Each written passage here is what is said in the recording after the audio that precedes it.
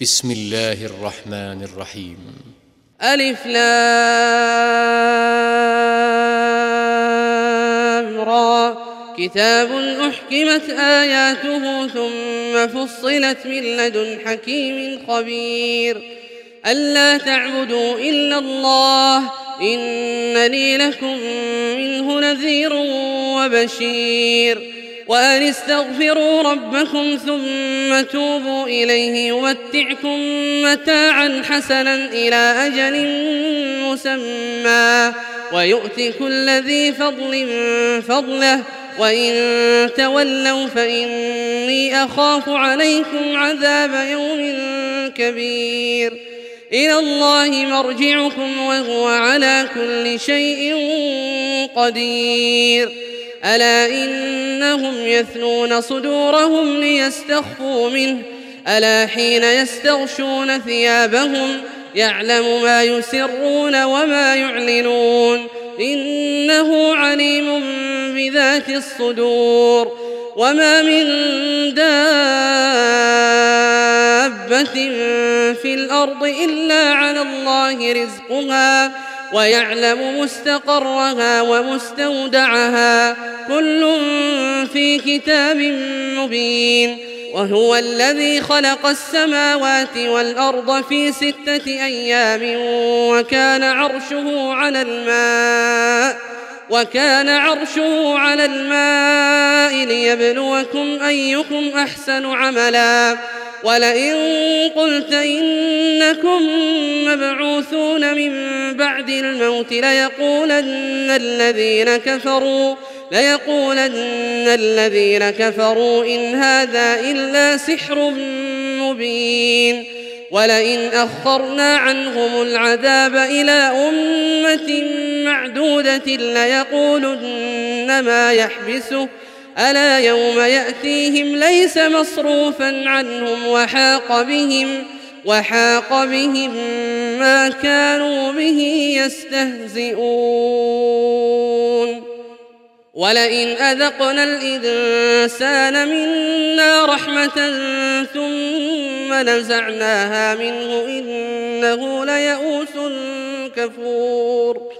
ولئن أذقناه نعماء بعد ضراء مسته ليقولن ذهب السيئات عني إنه لفرح فخور إلا الذين صبروا وعملوا الصالحات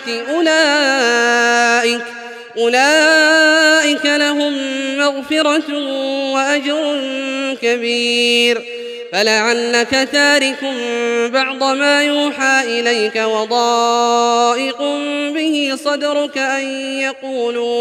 أن يقولوا لولا أنزل عليه كنز أو جاء معه ملك إنما أنت نذير والله على كل شيء وكيل أم يقولون افتراه قل فأتوا ب10 سور مثله مفتريات وادعوا من استطعتم من دون الله إن كنتم صادقين فإن لم يستجيبوا لكم فاعلموا أنما أنزل بعلم الله وأن لا إله إلا هو فهل أنتم مسلمون من كان يريد الحياة الدنيا وزينتها نوفي إليهم أعمالهم فيها وهم فيها لا يبخسون أولئك الذين ليس لهم في الآخرة إلا النار وحبط ما صنعوا فيها وباطل ما كانوا يعملون أفمن كان على بينة من ربه ويتلوه شاهد منه ومن قبله كتاب موسى إماما ورحمة أولئك يؤمنون به ومن يكفر به من الأحزاب فالنار موعده فلا تك في مرية منه إنه الحق من ربك ولكن أكثر الناس لا يؤمنون ومن أظلم ممن افترى على الله كذبا أولئك يعرضون على ربهم ويقول الأشهاد هؤلاء اللهم لا تجعل في مقامنا هذا ذنبا إلا غفرته ولا هما إلا فرجته ولا دينا إلا قضيته ولا مريضا إلا شفيته ولا ميتا إلا رحمته ولا حاجة من حوائج الدنيا والآخرة لك فيها رضا ولا فيها صلاح إلا أعنتنا على قضائها في سلمك وعافية برحمتك يا أرحم الراحمين ويا رب العالمين. بحرمة اللهم صل على سيدنا محمد الفاتح ما أغلق والخاتم لما سبق ناصر الحق بالحق والهادي إلى صراطك المستقيم وعلى آله حق قدره ومقداره العظيم. سبحان ربك رب العزة عما يصفون وسلام على المرسلين والحمد لله رب العالمين. ñu ngi leen di nuyu yéen ñëpp. salaamualeykum wa rahmatullah. salaamualeykum wa rahmatullah. góor ñi xanaa añuñu. damay wax saa su ne tubaab yi dañoo am fulla di doxee sharia. dañuy dugg ci mbooloo ne këj du ñuy kenn duñu am bàkkaar parce que nuyoo du farata. romb ay nit ne leen salaamaaleykum wala ñëw ci mbooloo sa du farata sunna la waaye delloo nuyoo mooy farata. kon nit ki su la nuyoo fayoo ko da ngay am bàkkaar waaye heureusement ba bi ma njëkkee wax salaamaaleykum ci jigéen ñi dégg naa ko waaleykum salaam kooku moo yóbbuwaale ñi ci des ñëpp. voilà xam naa ne dañuy jox sëñ Tall comme ni ñu leen ko waxee moom questura bu Bergamo la nekk di yëngatu ci immigration. luwaa yu yàgg yeeg yu bees yeeg yiñ nëbb ak yiñ xam ak yiñ xamul moom day teew ci kanamam da koy xam. mu am lu mu développé tuuti suñ paree képp ku am lu muy laaj lu ko jaaxal ci dëkk bi ci këyit ci nangam su ko posé question bi moom pare na pour tontu ko. ñun nag Sénégal dañuy am lu jafe mais ñu doyadal ko ku fi am problème da ngay dem ci assistance sociale yeeg ñu kenn xamul sama classe yi nga xam ne seen italien yi dëgërul luñ la wax nga ne sii fekk am nga taal moo xamee ne boo ko woowee wax ak moom dina la gindi ci wolof bi nga xam ne moom nga dégg. kon duñ guddal dañ koy jox kàddu gi mu développé suñ paree ku am lu muy laaj mu laaj ko mu tontu ko incha allah.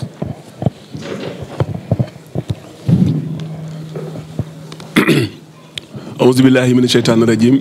bismillahi rahmaani rahim. mbooloo mi maa ngi leen di nuyu ku ci ne sa tur ak sa sant di kontaan bu baax di teew fii et pour ñëw rek am luñ baaxanteel ci li nga xam ne ñun moo ñu yitteel ci réew mi muy lu jëm ci walla suñ nekkuwaay fii ci réew mi suñ waxee nag suñ nekkuwaay fii ci réew mi dana ci li gën a am solo mooy kayit yi tax ñu nekk fi mais aussi su ma paree ci loolu aussi dinañ wax ci maanaam suñu jikko yi nu ñu war a taxawee ci réew mi. kon ma bëggoon a def waxtaan wi rek ci ñaari fànn bi jëkk mooy ma wax ci li nga xam ne mooy séjour yi ak carte de séjour yi su ma paree ci boobu ma dugal leen ci nationalité bi. léegi nag képp koo xam ne am nga looy laaj ci lu mel noonu soo paree nga laaj ko ndax comme ñoom waxee programme bi dafa am ñu fi war a ñëw ay tubaab te xëy na ñoom bu ñu ñëwee aussi bu ñu fekkee ñuy ne ci biir waxtaan bi danañ dagg waxtaan bi ñoom ñu wax ak ñoom ba pare ñoom ban dem soo fee ñu continuer ak ñoom. donc li may njëkk a commencé kon li may wax mooy ci permis de séjour yi. permis de séjour yi nag li nga xam ne moom laa ciy wax rek mooy xamal leen na leen fii dafa am benn ku ne xam na ne immigration. texte bi nga xam ne moo ko ëmb maanaam tey bu doon Sénégal ñu ne constitution bi li nga xam ne tey moom moo tënk li nga loi bi nga xam ne moom moo ëmb lépp lu jëm ci kayit yi ñu ngi ko tuddee test unique sur l'immigration. test unique sur l'immigration ne la moom la texte bi tudd. léegi nag ni comme day dox at mu jot wala yenn saa yu ne da nga gis ne dana am yuñ ciy yokk 2002 juillet 2002 yéen ñëpp xamoon ngeen ne am na fi loi bu fi ñëwoon te loi boobu ba léegi mooy wéy muy loi bu si fini yaakaar naa loolu ñëpp déggoon nañ ko fi muy loi bu doy waar muy loi bu contraignante maanaam loi boo xam ne wax dëgg yàlla dafa jéggi dayoo loi boo xam ne dafa indi ay jafeñ-jafeñ ci kayit yi loi boobu li mu wax mooy daf ne nekkaayu képp koo xam ne gan nga ci réew mi ngi dépendre nga am kayit woowu ñuy tuddee permis de séjour te neen permis de séjour boobu liggéey mooy tax nga am ko maanaam da ngay ne ci dëkk bi di liggéey ñu jox la kayit bi su ko defee yow ngay liggéey nga di si am nguur gi di si am kayit woowu nga am ñu tuddee ko permis de séjour ñu ne yow mi nga xam ne yaa fi nekk di liggéey nga di ci am nguur gi di ci am may nan la mën nga cee indi sa njaboot moom lañ tuddee regroupement familial. donc ngeen gis na kon mais li nga xam ne moo gën a sabab d'abord njëkk mooy da nga fi nekk di liggéey d'abord sooy liggéey ba pare ba am kayit ba pare di doog a mën a indi ki nga xam ne ñoom nga bëgg a indi muy sa njaboot. kayit boobu nag ñu ne fekkee da ngay liggéey boo koy renouveler fekkee ne da nga koy renouveler ñu am yu lay laaj ay kayit te di bokk na ci kayit yi lay laaj toujours ma di leen ko wax mooy liggéey bi benn su la laajee liggéey bi dinañ la laaj fi nga dëkk en général su fekkee ne da nga koy doog a am li ñu lay laaj mooy kayit yu ñu tuddee ñu ñëpp xam nañ comme lañ tuddee certificat de hospitalité maanaam mooy certificat d'hébergement bu ma ko waxoon tey ci français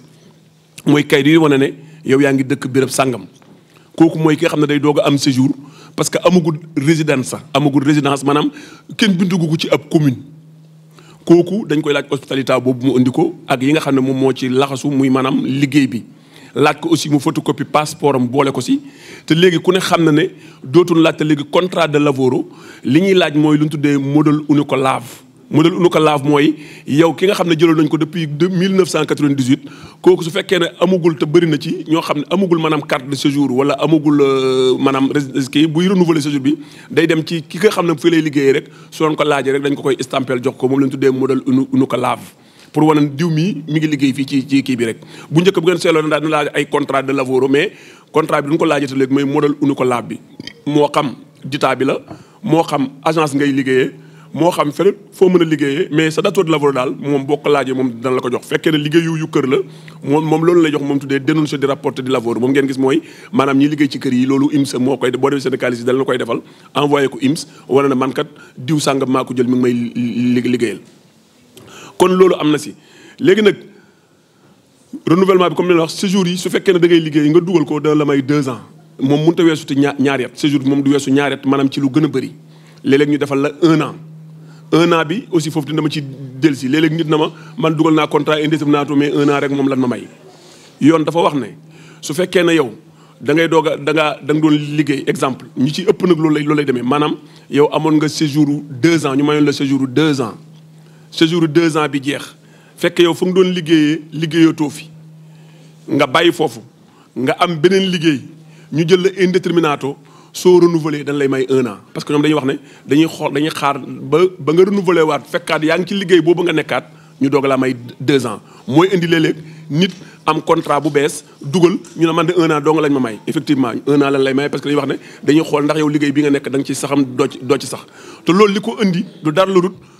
la nga xam ne dafa doon ab pratique bu fi nekk man aw ma liggéey ma ñëw ci oustaz Sayer Gueye mu defal ma contrat na taal mii jël naa ko bi may liggéeyal sama kër defal ma indéterminato na damay liggéey këram ma am sama 2 ans su ma koy jot daal dem démissionné ji te loolu yaakaar naa ne ñun ñi fi toog yëpp ku ci nekk xam nga ne loolu daana fi am te tubaab yi damay faral di wax ne ñoom dañ ñuy jàng ñun ku toog moo tax damay wax toujours léeg-léeg ma dégg suñu mbokk yi naan tubaab yi ay dof lan maa leen non non ñun ñooy ay dof nit koo fekk ci dëkkam mu liggéey ab dëkkam ba teg ay matuwaayu ci dëkkam nga bëgg na yow na kii moo dof yow mi yaa war a seetaat sa bopp ndax moom li muy def xam na ko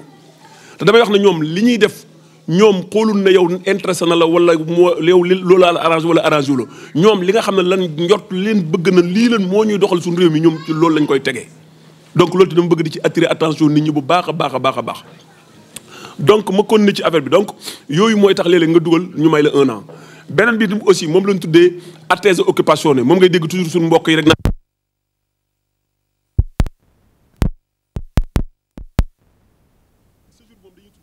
attestation d'occupation lañ koy tuddee ndax bu ngeen xoolee kayit bi nga xam ne moom ngay dem di ko wuti office de collocamento kayit bi kenn du ci bind disoccupato dañ ciy bind disponibilità al lavoro maanaam mooy doomu aadama jiikat liggéeyul waaye pare na tey bu liggéey amee mu dem liggéeyi bu ngeen seetloo kayit bi nga xam ne mu lay joxee fële office de collocamento disponibilità al lavoro lañ ciy bind wane na kii mooy ki nga xam ne fi mu toll nii liggéeyul waaye bu liggéey amee pare na pour mën a liggéey ndax disponible na pour liggéey donc moo tax léegi nag boo dugalee te amoo liggéey ñu defal lu tuddee attesa di occupation yoon nee na dugalaatal waat yaa ngi may dégg da ngay dugalaat waat ak disoccupato bi ak li ñuy wax attesa occupation bi sunu mbokk yi ñoo may dugal ci toujours may wax di ko mais ngay dugalaat ak ñàkk liggéey wante effectivement soo dugalee nag ak ñàkk liggéey fexeel nag ba bala ngaa ñëw di teg si empreinte nga fexe nga jéem a yàlla dimbale nga wuti liggéey loolu tim li tax loolu tim foofu li ma ci insisté mooy ñu ngi si doon waxtaan léegi ban toogee fee ak man ak ñee jàkkaarloo dañoo toll si jàmm ñun àddina dafa toll foo xam ne la gënoon a am solo ay nit yàlla boole ñoo ñu war ko def dañ koo béy mooy la solidarité mooy dimbalante te yàlla rek a tax loolu moo jeex ci àddina moo indi musiba bi am ci àddina bi yëpp ndaxte man su fekkee ne dama dëkk ak sëñ Abdou Guèye mi wala ma dëkk ak keneen wala ma am fi sama rakk wala ma am fi sama mag wala ma am fi sax mbokk moo xam ne xam na ma parce que mbokk gu yàgg dañuy wax ne dëkkandoo bu yàgg mbokk la te ñun fii Sénégal yi ñun xamante nañ donc yow man taal amul liggéey parce que yàlla moo dogal loolu te ku nekk xam na ne ku nekk bu doon sa sago nit kenn ñaanul yàlla kenn dimbale la kenn ñaanul yàlla tey di vraiment nekk ci ay yenn situation yi waaye nag ku ne da ngay xam ne buur bi nga xam ne moo ñu bind ñun ñëpp mooy dogal lu ko neex te li muy def tàggu ci ma sàmba tàggu ci dematu lépp ñun leer na ñun ñëpp tey toog fi parce que ay jullit lañ kon nag yàlla mën naa dogal ci man ma bañ ko am yow nga am ko waaye nag loolu bu amee ba pare dañoo war a jàppalante bi mooy man awma liggéey dugaloon naa ñàkk am liggéey bii paa war naa dugal naa ko te awma liggéey te leer na ma su ma jóobuwut contrat aw nag léegi dootuma joxati kayit bi mais ñu mën a dimbali ci suñ biir donc ma continué woon ci li nga xam ne moom la nekkoon muy ci kayit yi parce que moo ñu gën a intéressé nekkoon naa ci permis de séjour yi maa ngi toll woon ci ki nga xam ne dugal na ñu may ko 1 an liggéeyam jeex mu war a dugalaat ma ñëwoon ci nu ñu war a jàppalantee ba nga xam ne kooku ki nga xam ne mi ngi liggéey war na ko mën a defal contrat wu kër pour que mu mën ci dugal pour mën a am kayit moo gën muy ñàkk ay kayitam su ma leen man mii ne police am na suñu mbokk yu bëri ñoo xam ne amatuñ ay kayit nga ñëw ci réew mi def fi ay ati at amatoo kayit xam nga loolu lu doy waar la te mar yaakaar naa ne loolu lu war a mën a ñàkk la dama leen di wax ne dama ko seetlu gis nga xeet bi ñuy wax pakistanais wala Bangladesh gis nga ñoom solidarité bi am si ñoom man damay toog bis kanam man damay waaru ñoom seen mbokk lim leen jaral wala ku bokk seen xeet lim leen jaral dafa am solo kon may wax ne ñu nit nañ jéem a dugg ci solidarité boobu di jàppalante comme nan daan def dimbale ngir yàlla rek a tax loolu dafay am solo wax dëgg yàlla nit ñàkk kayitam ci lu mel noonu vraiment lu war a mën a ñàkk la donc loolu mooy ci séjour yi carte bi tim comme ni ngeen ko xamee rek mooy ni nga koy amee rek yéen ñëpp xam ngeen ko da ngay def test de langue bi da nga toog war nga fi def 5 ans de résidence war nga am kuddu pour kër gi tim aussi war nga am lu ñu tuddee certificat allojo certificat allojo mooy woon ne kër gi respecté na norme hygiène yi norme d'habitabilité bi yi xam ne moom la yoon tëral donc loolu mooy carte de séjour bi li may wax rek mooy surtout séjour yi nga xam ne nit ñi dañuy jaay ñi nga xam ne dañuy jaay maanaam am loolu tuddee labor autonome ngeen gis ne yow liggéeyoo ci Hacienda da nga ñëw yaa ne damay liggéeyal sama liggéeyu bopp nga dem ubbi sa partie IVA nga dem wut sa commercialiste bi laaj la looy def nga ne ko man lii laay def ca kaw loolu ngay def ci lay xayma yow li nga xam ne li ngay def dana loo ci war a mën a gañe ci at mi mooy revenu bi ci revenu boobu ci lay xayma li nga xam ne moom nga war a fayal buur mooy taxe yi mooy li nga xam ne mooy taxe yi nga war a fay boo mooy contributif yi mais nag ma wax leen ne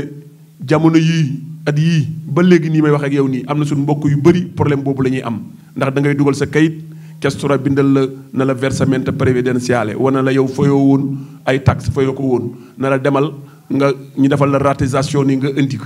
am na ñoo xam ne problème yooyu moom la ñuy am te loolu am na ñu bëri ñu ngi ciy ñàkk seen kayit loolu tamit ñu def ci très attention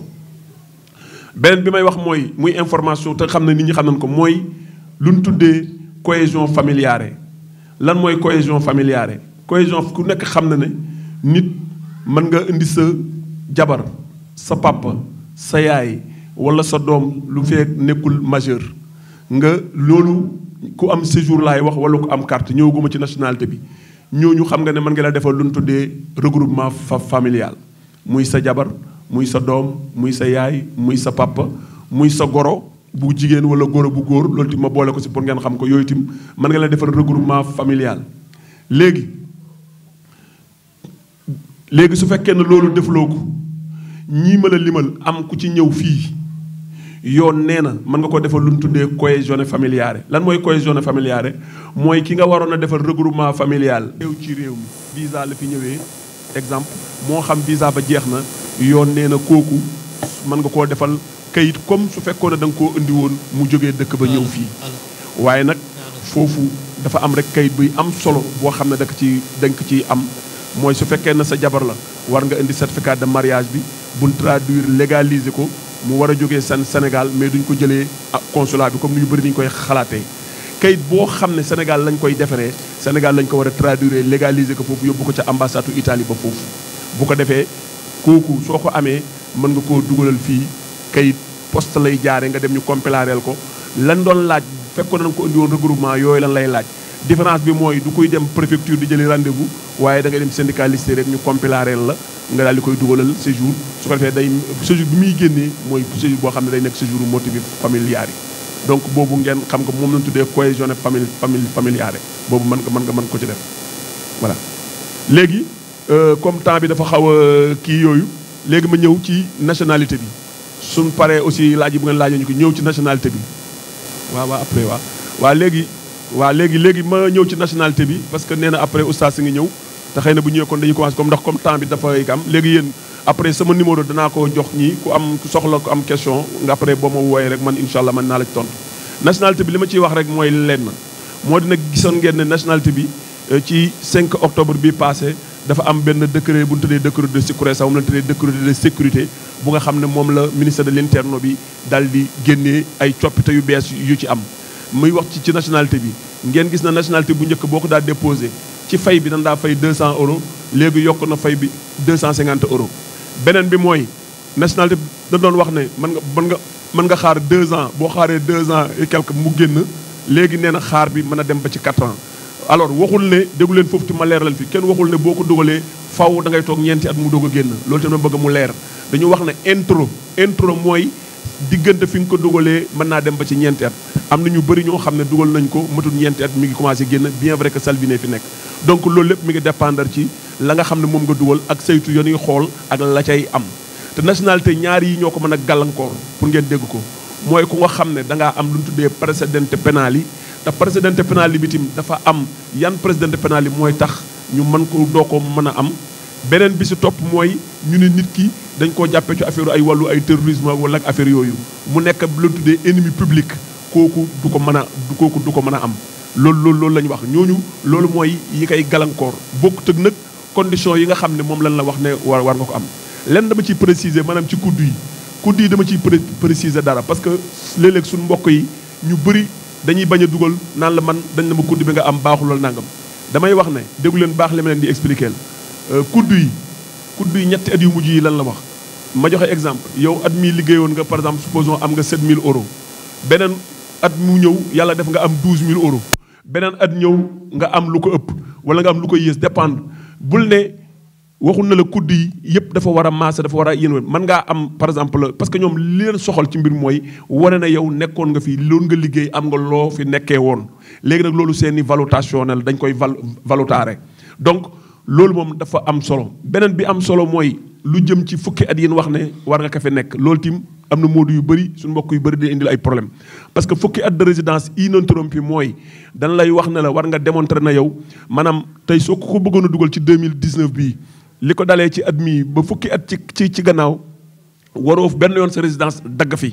da nga résidence dafa war a nekk intact mais foofu tim dana am lu ma leen ciy wax su fekkee ne par exemple diggante boobu sa résidence daggoon na fi wante amoon nga fi hospitalité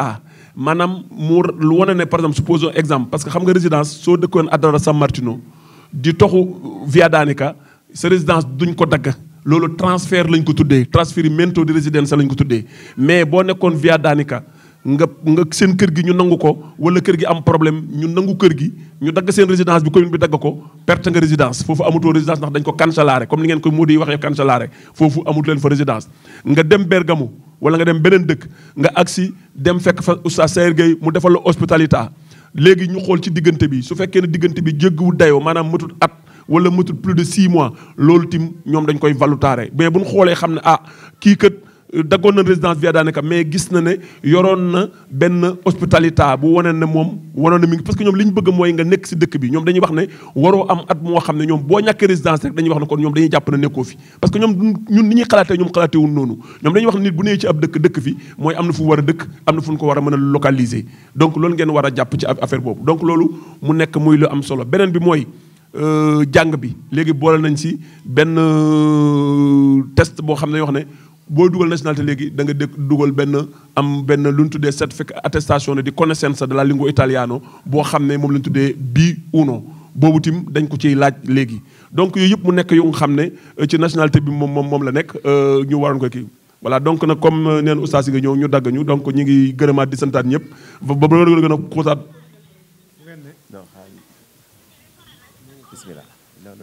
pare nañ ma dégg waa dag waa d'accord kon ñi ngi gërëm gars yi den sant ñëpp di wax asalaamaaleykum wa rahmatulahi taala wa barakatu jërëjëf Serigne Tall marhaban ñu ngi koy nuyu bu baax xam naa ñi yor seen téléphone yi pour ma joxe numéro ñu mën koo téewaale képp koo xamee ne am nga jafe-jafe ci réew mi ak bu mu mënti nekk su fekkee ne ci jafe-jafe réew mi rek la boo ko woowee dina la si gindi waaye ku am jafe-jafe kayit ca Sénégal soo ko woowee dina la gindi parce que loolu mooy liggéeyam ma fàttali ne moom droit la jàng loolu la xam moo tax italien yi xëcc ko ci seen biir muy liggéey ak ñoom jafe bu nekk nag da koy daj des fois da nga koy woo ñaari 15 du ko yore parce que li mu am yépp da koy yemale ci sénégalais yi am problème nekk biir Kasura da ngay ñëw ba foofu amoo loo fayee da ngay ñëw ba foofu am na lu la manqué nga ñëw ba foofu fekk nangam da koy ekkati ci poosam di koy joxe man xam naa ci lu bari yenn saa yi guddi dañ koy woo ne ko sénégalais sàngam am na problème mu ngi place nangam day bàyyi famem dagg ay nelawam dem fa kon munuñ koo fay ñii ñoom ñoo fi taxawal tey bu ñuy wax gouvernement Sénégal nañuy tànnal kenn ci suñu biir ñu mel nii lañ soxla ñii xam problème mu dëkk bi xam problème bële di yàq seeni nelaw tu ñu leen fay benn dërëm bàyyi seen njaboot bàyyi seen i doom dem di taxaw ci problème sénégalais yi kon yàlla na la yàlla fay kon ñi bëgg a jël numéro am 320 la 320 86 53 86 54 357 320 86 54 357 Mamadou Tall kon nag ñu ngi koy waxaat jërëjëf naa ñu jox gars yi 320 86 54 357 soo ko jotul boo ko bàyyilee message WhatsApp man xam naa ci dara yépp lay liir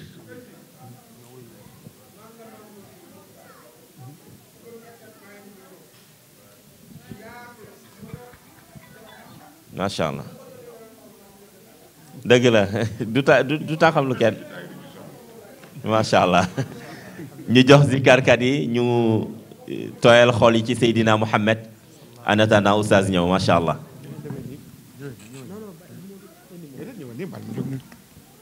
salaamaaleykum wa rahmatullah dañoo waroon di tagg yonent bi sallallahu alayhi wa sallam waaye dafa am suñu rakk ju ñëw muy Cheikh Modou Mbuub ñëpp xam ko ci géewu yonent bi sallallahu alayhi wa sallam kon nag ku am gàn da ngay teraani dañ koy jox mu taggal ñu yonent bi sallallahu alayhi wa sallam ñu ànd ceeg moom rek ñu déglu balaa oustaz ñëw xam naa du yàgg comme agsi na te bu oustaz ñëwee moom dañ koy déglu mu waxal ñu ci yàlla ak yonent bi kon nag ñu déglu tuuti teewlu ci daraja yonent bi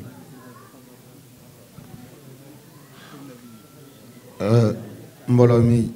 asalaamaaleykum wa rahmatullah.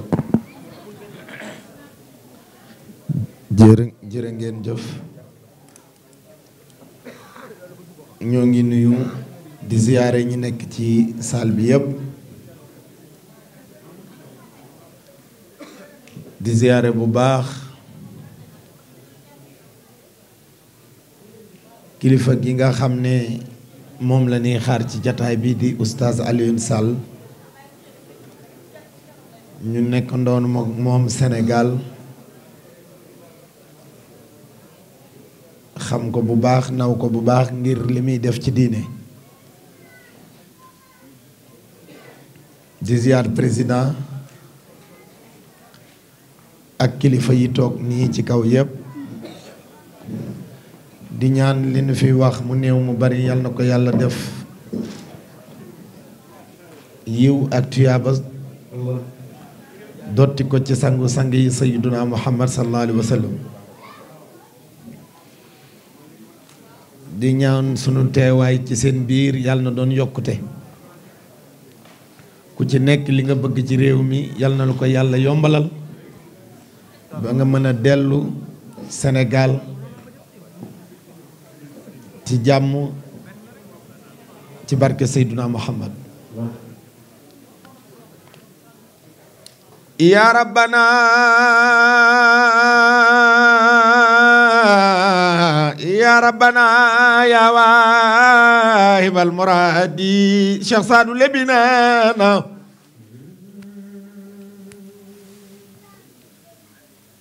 ya rabbana ya waahibal muraadi fahab lana ya rabbana al muraadi Saadal Ilaahi neena hadi lana ya rabbana bi aqati asig lana ya rabbana dawlati Allah ya alim lana bil qulubi Allah asig lana ya rabbana zunubi ay Yàlla doge ñaan ya mana may Allah yow mi nga xam ne anta alladi rahmanu kullu xalqi iftalana ya rabbana lada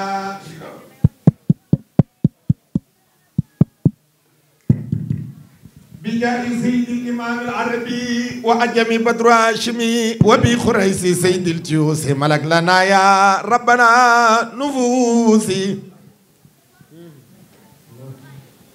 Ababakar Umaru Faruq خسالة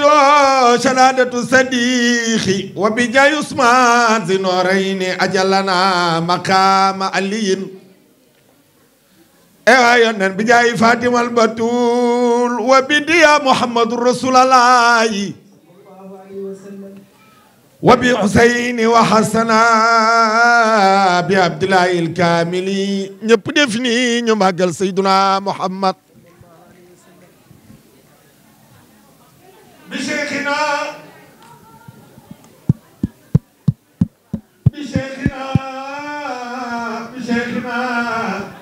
جيلاني عبد القادر جيلاني افتح لنا يا ربنا في كل عين وشيخنا سعد النبي افضل لنا يا ربنا البلاد لو جابنا بك على كل فعل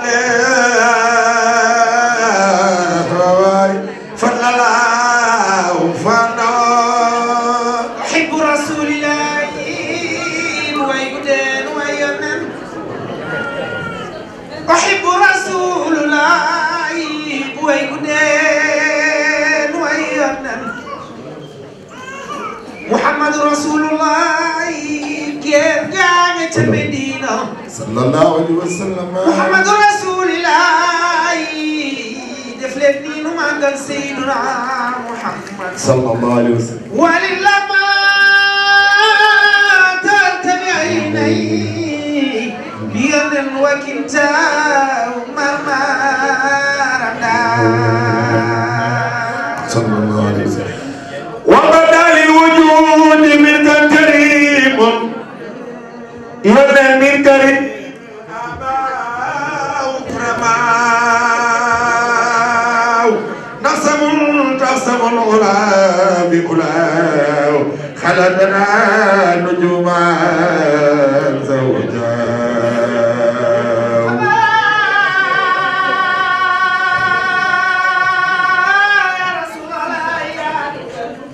الله عليه وسلم حب لا يخلصون للوبقار يدنا يتيمة الخصمان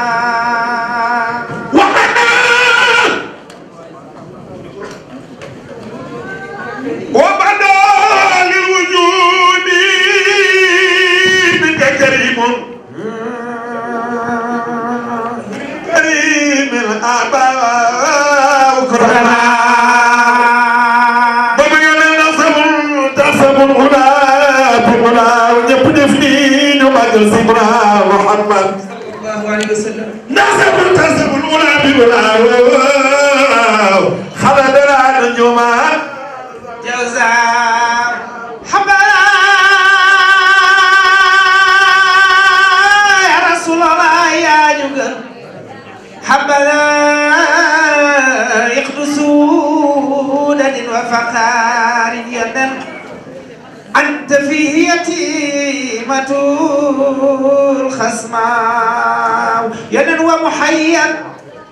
كشمس منك مضيء يدا أسفرت عنه ليلة خراء خنا خمون بني ويسيدنا محمد بيك جدوغا كيف كو يولي دا ngay jog taxaw magal juddug sayyidina Muhammad sallallahu alayhi wa sallam jogleen magal juddug sayyidina Muhammad rasulullah bay Fatima bint rasulullah ليلة المولد النبي الذي كان للدين سرور بيومه وازدراء يدا وتوالى بشر الهواتف أن قد ولد المستوى وحق الأناء وتدعى ديوان كسرى ولولا آية منك ما تدعى البناء وحدها كل بيت نار وفيه كل بيت من خمودها وبلاو يدن وعيون للفرس عارفك نال لرانه بها إدفاو يا رسول الله يا نكر مولد كان منه فتان الكفر وبال عليهما ووباء فلينبي اليامنة فضل الذي ينل شربت به حواء وكل بيت وإن حل البديع بسيدنا محمد وجدار دون خير خلقك الأدبي إرقاق مدينة ويمتي على محمد موي محمد موي مصطفى المختار يمن يلدا يا ابن عبد الله خير رئيس لبني سيدنا محمد يا عين نائم نائم أيضا ينتهى يوم تعب تكفي زلة القدم محمد رسول الله من القريب الأداء وصف القريب إلى عبد الكريم فكنا الخالص الكرم جرقاق مدينة سيدنا محمد أمنت من كل ما تشاء واخبا بكاسف الأمم ابن الكاسف الأمم ويدك الشيخ شخص الذي بايشان الأدرامي بايشان الشيخ بنانا جبدني نبغى الشيخ سعد الذي شنا شخص بنانا يقول سعد أبي نجل فادني خول الجلال لا سر ولا فنلو شنا شخص بنانا إني أحب الرسول الله سيدنا حبا تغاثر عنه معاه شيخنا الشيخ سابونينا وليس يبلغ المشاعر مع حبتي هم الأوالي الجدد أشفى إلى نفسي من لينا ودرتها ولا نقاربها جبن ولا دانو شيخنا الشيخ سابونينا وكيف لا وهو خير خلق غاضبا جنب في ماغل سيدنا محمد وهو غير غاضبا عطاه رب الورى ما لم ينل اخذوا سياسات الذي ويدقل كوركي توبا بلاي سبري سرين باكم مارم ركي مامور جار سرين جنو براي باكم دامل دار كوركي سيخل سل إساء جنو برم جنك لغن góor gi Seexal Seex Samba Jaara bay borom baax ma Samba Jaara maa gërëm sama sëriñ dama xor way wi ma way ji waa këram mu am gërëm te mu xorom ku sopp sëriñ Tuuba defal ne ñu màggal nur ci jaaba sëriñ Bamba baas ak ñoom Alaaji Seex Barma gi ma ca Tiwaawan sama ma njëkk a toj daaray baaxol ba tax nu bàyyi jàngaan ku lay réere dafa laajul ngay maalikum sabu Sëriñ Bamba nee na Seydina Muhammad moo tawloo Muhammadul Mustafa jàlloo Muhammadul Murtada lu mu am yëpp yàlla Muhammad la ko tuddee def leen ni ñu màggal Xaadim ci jumaa ji bàyyi Sëriñ Soy bu borom sariya bàyyi Cheikh Mouhamadou Lamine Baara bàyyi Cheikh Abdoulaye Laxaat borom belal Sëriñ Bamba nee na لم يبدو مثل المصطفى محمد سرا وجارا في المرايا سمدي خلينا يمشي على محمد مدى الأنام إسلام والكفر ما وبالنزهة كل سماء شرط بانينا يهود بالظاهر والباطل من أتاه لله في كل سماء سرط بانينا خدمة عن الويوب يا سفر والاستقامة وسفر وأبد نجيب دفني مدل دار بيشوج باجي لبانا كون المصطفى رئيسا لكل من خلف روسا ويدك الغربي تجاي سيدا جمالك بكر نرمان أرملو مامكو باجا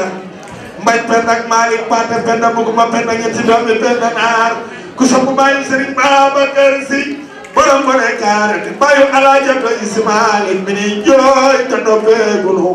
Alaaji Abdu nee na waxasil dawaaman madxal muhammad wa haashimin tanaalu lazi tabxi min alfadli wal yusri da baax nee na Seydina Muhammad bihi fastail ya abdu maa dumta xaadiran fa man ko rasulallaahi min azamil zuhri Alaaji Abdu nee na yonent Yàlla Muhammad به نال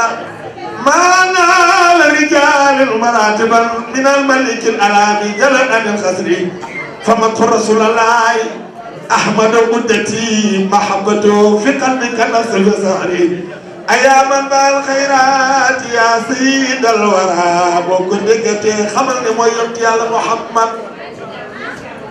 wata déggal sama góor gi maa jaatu lu mbéeg mbéri ndaw ngoone jërëjëf ngoone borom xay noone maam Cheikh de Calaw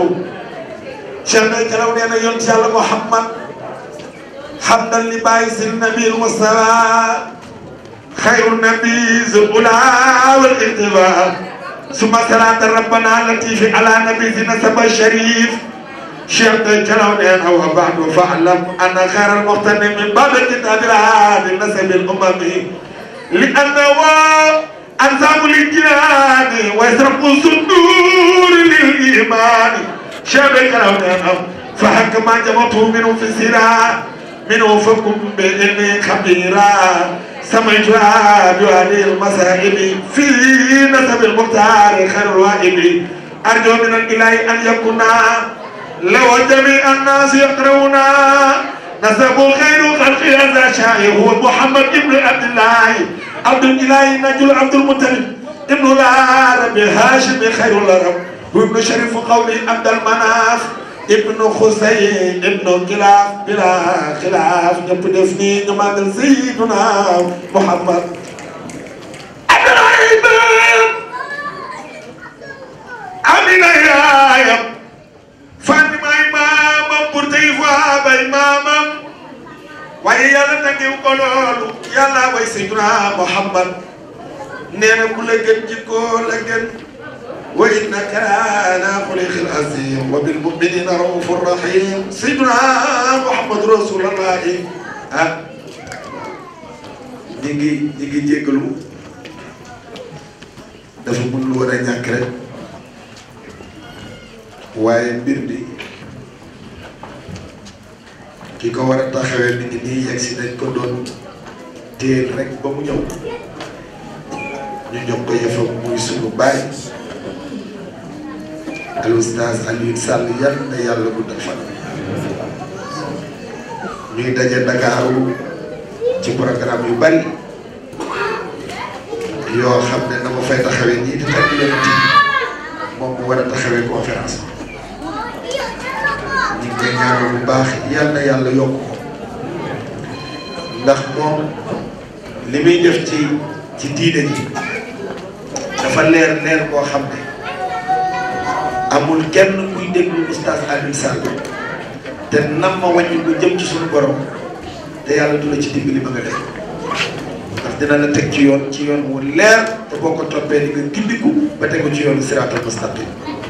kon nag Sall yal na yàlla yokk sa taxawaay yal na yàlla guddal sa fan wéral la lii ngay def di liggéeyal diine yal na ci yàlla kàttanam ba fépp foo ci bëgg a dem rek dem fa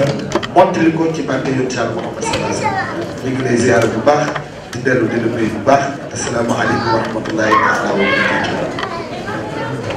ñu ni góor ñi ngeen baal ñu yéeg ci kaw jigéen ñi mën a ñëw toog ci suuf ngeen baal ñu bu fekkee soxna yi ñëw na ngeen góor ñi yéeg ci kaw jigéen ñi mën a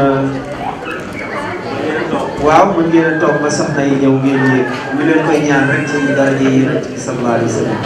Oustaz salaamaaleykum ñu ngi ziar suñu waajur wi Oustaz Alioune Sall comme ni ko sama rakk waxee ñu ngi ziar baax di leen ñaanal yàlla ci dara di seen maam ko ne yàlla yàlla ko leen sa fan may ak kàttan boo eggalee mission bi nga nekk